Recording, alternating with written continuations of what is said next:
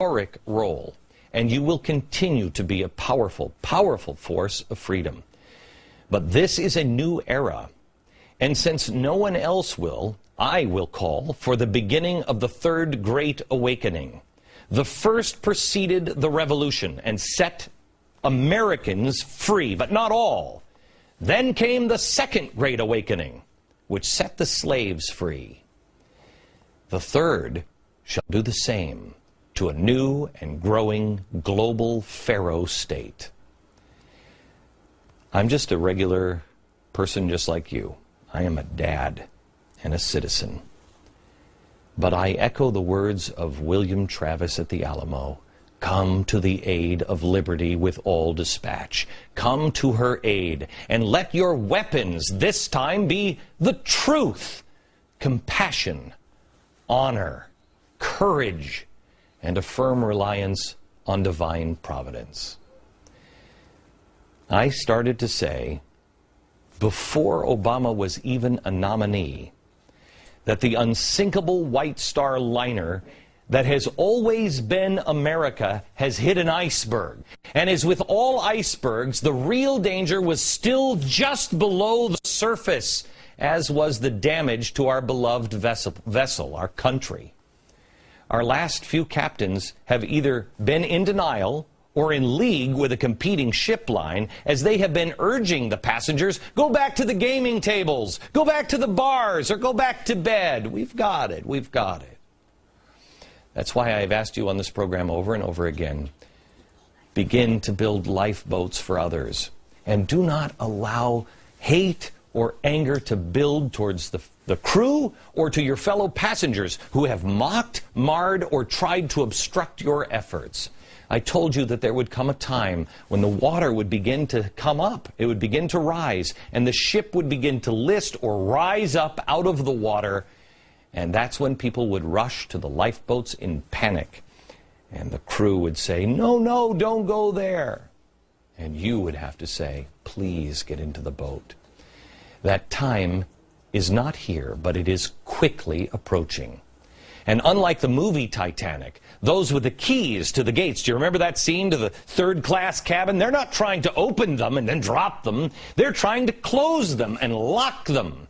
As the consigliator of George Soros said as he delivered his thinly veiled threats to me and my crew, the ship of a new world order has already set sail, and you are either on it or you are not. And I responded, I am not. But don't let the message, his real message, get lost. The rescue ship has already set sail. Well, who is on that rescue ship?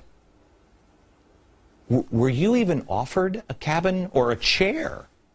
Do you know who built it? Where it's going? The elites will still deny that there's even a plan for a new global order, let alone that it's already left port. And if they eventually claim that you're aboard, ask yourself, who puts another person on a boat to an unknown destination without consulting them first? You would think that those who just can't see past the slavery of colonial America would be able to recognize their current role as either slave master, slave trader, or a slave. Believe me, in the end, those who are on that ship, unless you're in the captain's cabin, you will be locked behind a gate with a steerage as your useful role of diversion comes to an end when they no longer fear exposure. We as friends, we as family, as neighbors and Americans, we must man our posts with malice towards none and help guide those who will otherwise be lost behind the gates of so-called security, and chart a different course, using the light of freedom and liberty as our pole star.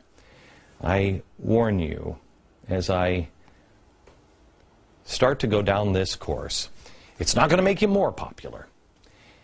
And you're going to be more tired. It's going to take more than an hour of TV every night, or a meeting with a group of like-minded people, or a gift of a pocket constitution. Inflationary pressures on food and fuel They are going to make your life and your neighbors' lives much more complicated in the coming months, and they will serve as a powerful distraction in your life. That's why you must prepare now for the road ahead. More in a second. I'm talking to you tonight not necessarily about the news of the day, but the news of the decade.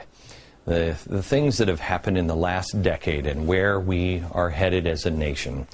I asked you last night to tell me, what is the competing idea to statism, globalism, Sharia law, to Marxism? What is the competing idea? You'll say it's America. We'll get to that here in a few minutes.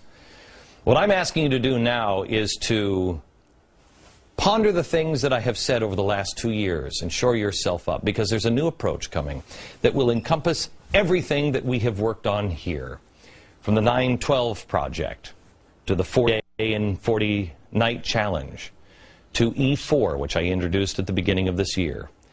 It is not going to mean an end to protests, but I believe a fundamental transformation of the movement.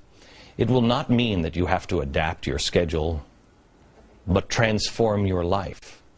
It will not be for the faint or half-hearted. It will require those who wish to become more than they are, or their country more than it is, or more than they currently believe they can be or their country can be, to become the lion-hearted, the giants that we spoke of there in the mall on 828. Those who have already started this journey towards greatness and true liberty, those who now walk the path to the bright side of history, those who hear the clarion call will center themselves in the values and the principles that built this country, but will feel pushed now to the edge of their comfort zone and pushed to the edge of society by those masquerading as centrists.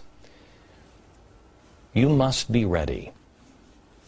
I ask you tonight to double your efforts on E4, to know who it is you really serve, E1, enlightenment, to know history, E2, and the power of the individual, because the last one is entrepreneurship, to create something positive.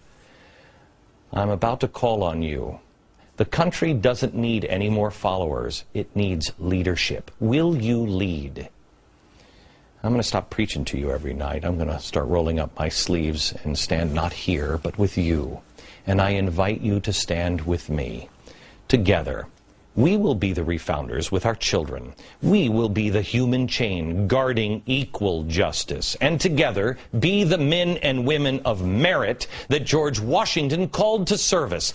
George Washington implored the revolutionaries who fought against corruption and cronyism, the big business of their day. And they fought. And then they went to the Constitutional Convention. And he said these words, "Let us now raise a standard to which the wise and honest can repair." He knew that it would fall in disrepair. And it was a promise to them that if they would do the hard thing then, we would do the hard thing now. Let us do the hard thing. Let the honest and the wise rise up now, first to repair themselves, to make sure that they are honest and that they are wise, so they may be worthy to do His work and repair this standard. So once again, the whole world can see the true flame of freedom that man has so rarely enjoyed. There is so much that... Look, do you remember when we were making fun of community organizers? It was about 2 years ago. Do you see the power of something as small and as silly as acorn? Out of acorn grows a mighty oak. I know some of the things that I talked to you about, the E4 project and everything else, might seem silly to you. Please don't dismiss them. Right before I walked over here today, I put together a message because I knew I wasn't going to be able the time to be able to tell the whole story. It's a story of a woman who took something I said on this program, something we mentioned just a few times on this program. You may not have even noticed it, but she did. She was listening and she was watching. And she took that and it completely changed her life, along with dozens of others. But it changed one person in particular that she never saw coming. Check her story out at glennbeck.com. Back in a minute.